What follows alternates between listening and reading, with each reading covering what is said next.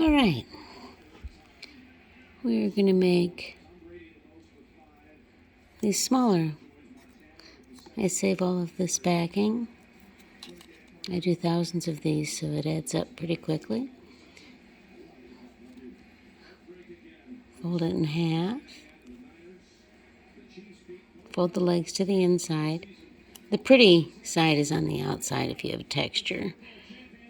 And if you don't have a texture, then that's the side that it's stuck to.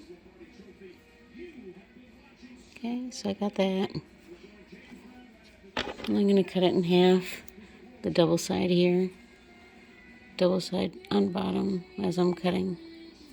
It gets cut first.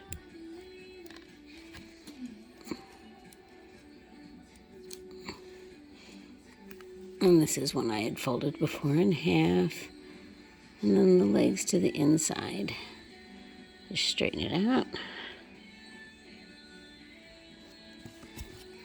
Cut it in half. Double side on bottom.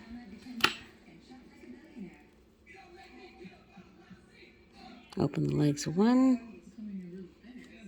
Stick the legs of the next one through. All the way through.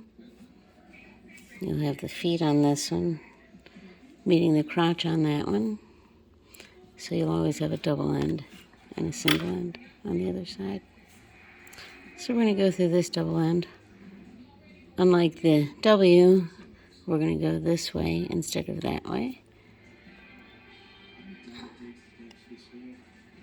Stick both legs through both the others. And then we're going to open up these legs as well. And down here, we want that open in the center. So there'll be 2 layers on either side. So the last one gets wrapped around. Goes through the outside of the singular leg, I guess. And then once it goes through, it follows itself down through that leg. So both ends of that go through the bottom leg. Put it up and around, through the next leg. And like the other one, it's going to go through the center and down into the leg from whence it came. Here it is. I don't know if you can see that. I'm still watching my hands. All right, there's another one.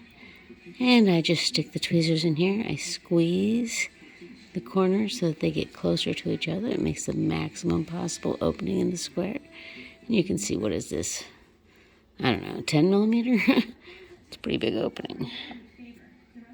There you go.